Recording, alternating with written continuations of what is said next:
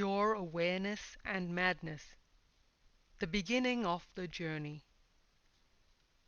If you were to collect your luggage from baggage claim at Coimbatore Airport and head for the exit, you would find a taxi counter to your right marked Isha. You could hire a car for the 30-kilometer journey. It would take you an hour and a half to reach your destination, though some of the more intrepid Coimbatore cabbies could get you there sooner.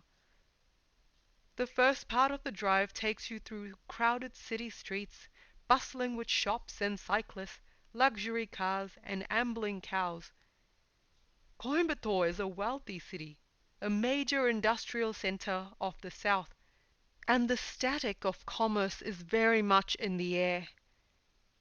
Situated on the Noyal River, flanked on the north and west by mountains, blessed by a mild climate, it still remains, despite increasing levels of congestion, a city of some charm.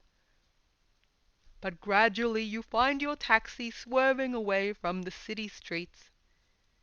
You are heading west. Rural South India, never far from the surface, starts emerging from the crevices. You are hurtling through villages now. The roads grow narrower, the terrain greener, and suddenly up ahead you see the mountains, the Velangiri Mountains, the White or Silver Mountains as they are known, forested, mysterious, cloud-crested. Abruptly silence falls. It makes the roar of the car engine seem louder than before. You can still hear the cry of a village child on his way back from school, the bleating of a goat, the honk of a passing motorist. But the silence is tangible, as is the wild, lonely scent of mountain air.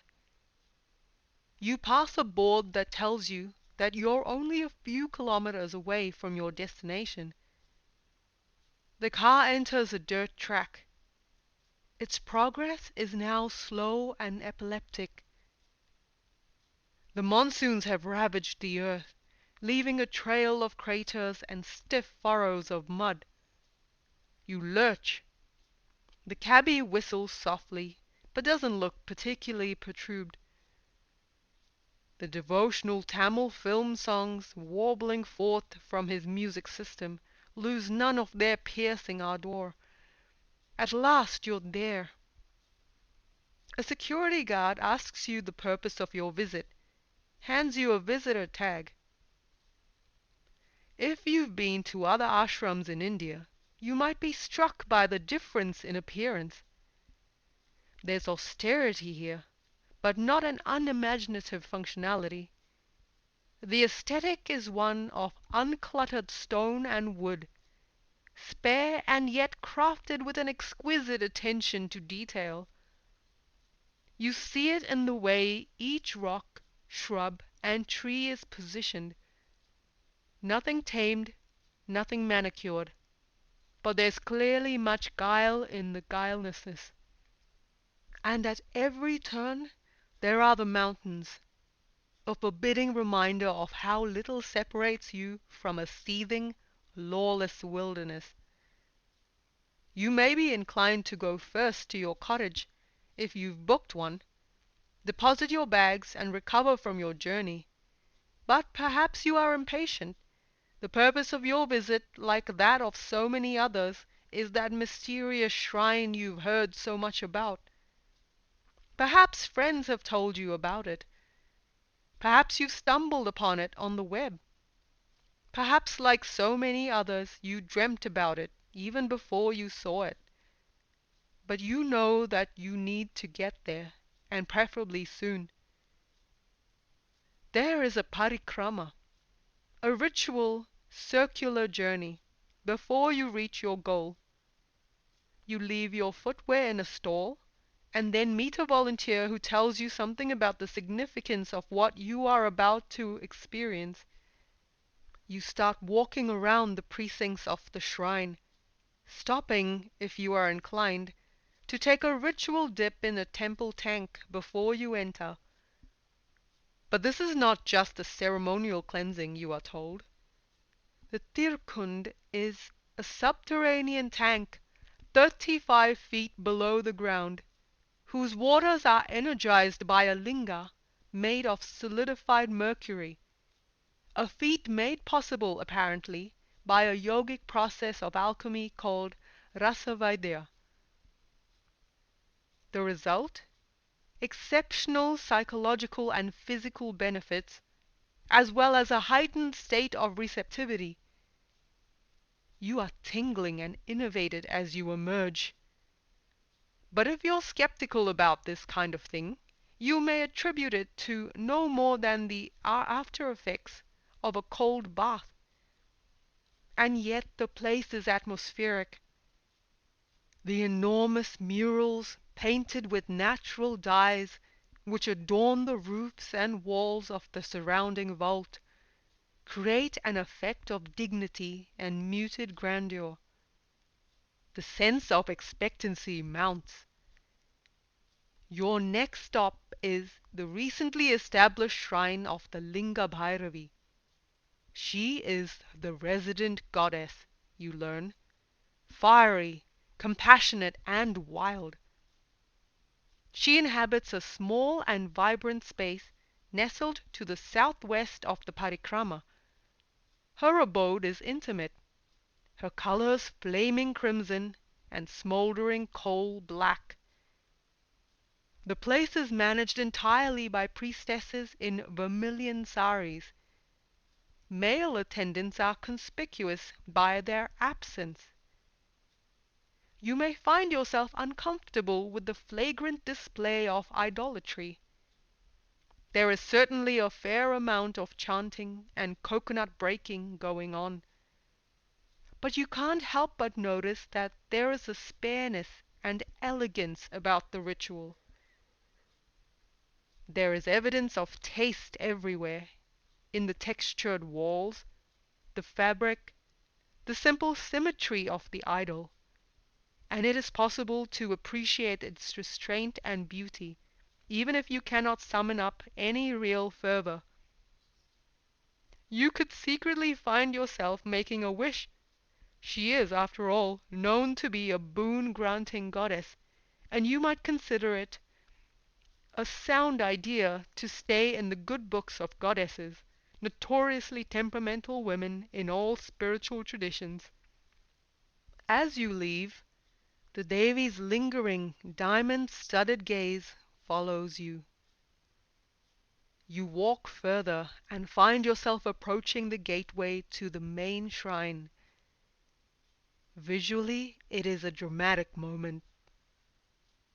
You see the elliptical dome outlined clearly against the softly rolling Velangiri mountains, frosted with mist. The dome, you learn later, is made entirely of brick and mud mortar, untarnished by cement, steel, or concrete. A Sarva Dharma Stamba, or pillar, stands at the entrance, emblazoned with sculptural symbols of various faiths. It is yet another reminder, apart from the abiding silence, that this is not a regular Hindu temple you're about to visit. You climb the 3 steep cobble steps. You now walk a stretch of open space, flanked by rock panels on either side that reveal scenes from the lives of South Indian mystics. The walkway is clearly designed in a manner of traditional sacred architecture to heighten the mood of suspense. It works. Then it is upon you. The space seems larger than it appears from the outside, illuminated by the wavering glow of lamplight. Before you towers a massive, dense granite column of over 13 feet. Its implacable black surface punctuated symmetrically with 7 copper rings. The base takes the form of a gigantic 7-coiled stone serpent. Around it is a simple water border, on which flowers, surrounded by oil lamps, float serenely. If you've been to other places of modern Indian worship, you will be struck by the unfussiness here. The space is stark, unostentatious, distinctly womb-like, the impact primal. You make your way to one of the shadowy alcoves and sit down to receive the Dhyanalinga. The Dhyanalinga means different things to different people. For some, it is nothing short of an epiphany. They emerge stupefied and ecstatic. For others, it is a process rather than a place, a deepener, a clarifier, an intensifier. They emerge distinctly different from the way they entered.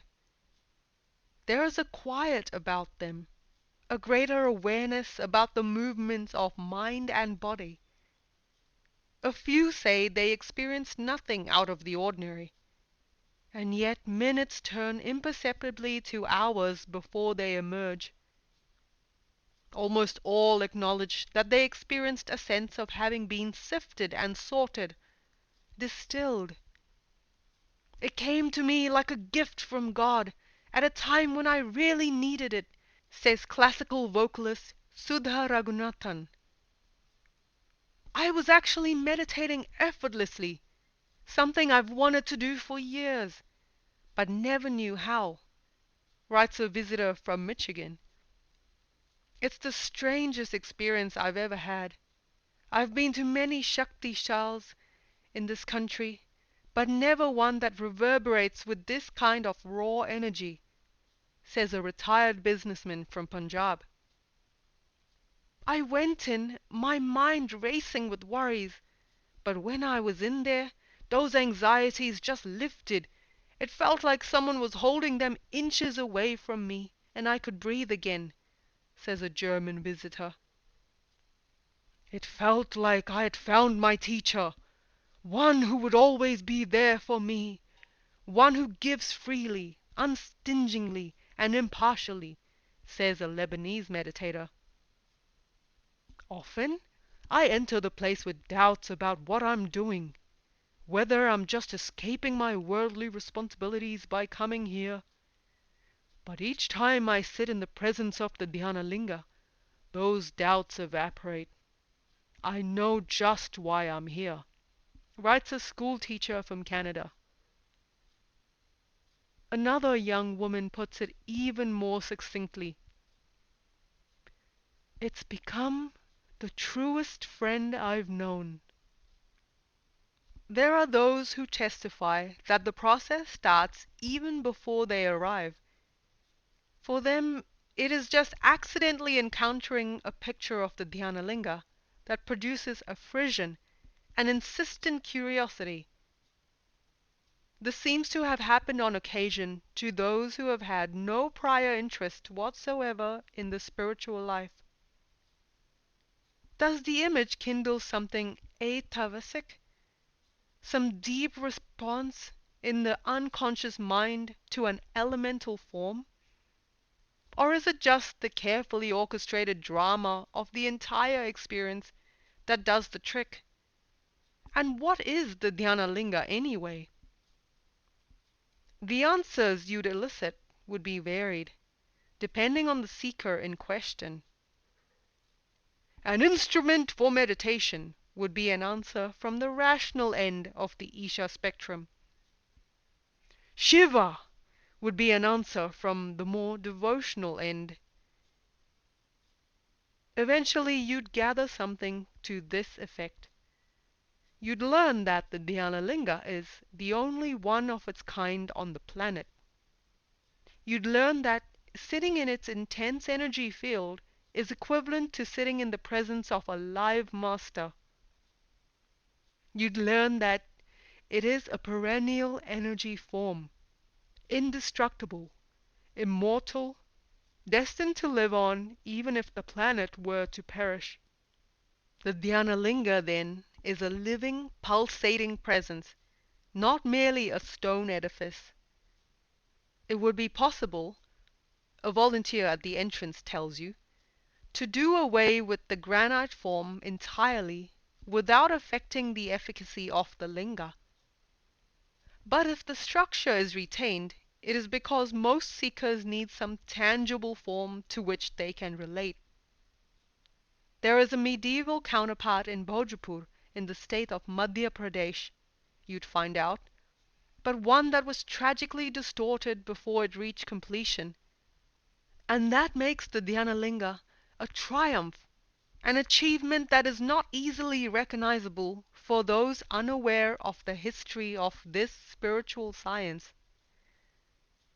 And why a linga, you might wonder?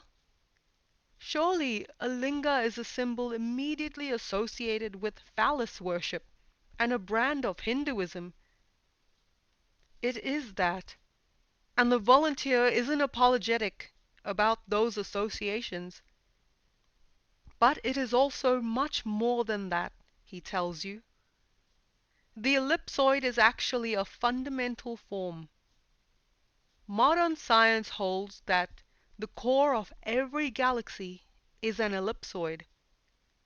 Spiritual seekers from various traditions have always known that it is the first form to emerge from a formless, or the void, or whatever you choose to call that primordial state.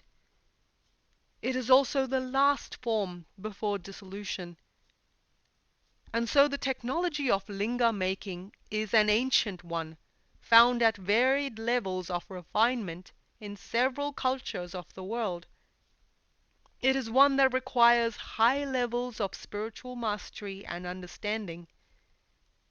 But the science of creating a Dhyanalinga requires a level of prowess that is even more considerable. It takes more than virtuosity. It takes, you are told, a fierce commitment and a brand of near insane courage.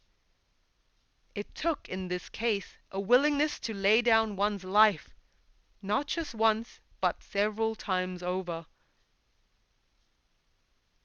There are many ways to tell the life story of the Dhyanalinga, but none of them can be separated from the life of its author. There are many ways to tell his life story as well. One is a strenuously unvarnished account, stripped of any detail that might cause discomfort to a skeptic. The other is a more generous chronicle that straddles fact as well as unverifiable but illuminating detail. The author of the Dhyanalinga is a lover of metaphor. When a child once asked him whether life was true or a dream, he replied with the mystic's classic ease with paradox, "Life is a dream, but the dream is true." He reads and writes verse, but the Dhyanalinga alone would be sufficient testimony to the fact that he is a poet. He frequently draws attention to the distinction between fact and truth. It is the distinction every lover of art knows only too well. The finest fiction and poetry are so clearly the realm of the latter. This makes it seem like an act of violence to exclude the non-rational from the story. At the same time, the creator of the Dhyanalinga is a skeptic too. His rationality can be scathing, and his dismissal of the deceptions on the spiritual path unequivocal and severe. This makes it easier to believe the more incredible aspects of his tale. If the reader could hear the matter-of-fact tone with which many of these incidents were narrated, it would probably make it easier to accept them. Let's start the story with an option. The next chapter is a possible beginning to this story. Not the only one, however. Those who find it difficult to stomach could simply move on to the one after that and pick up the narrative from there. Truth or fact, the real or the historical, the choice is yours. But a word of warning: at several junctures in the story, the two aren't quite inseparable. An insight into this enigmatic combination, also a key to what a reader can expect from this story, is to be found in the way the creator of the Dhyanalinga once described his creation. "It's a cocktail," he said, "of pure awareness and madness." And that is probably as accurate a description as you can get of Sadhguru himself.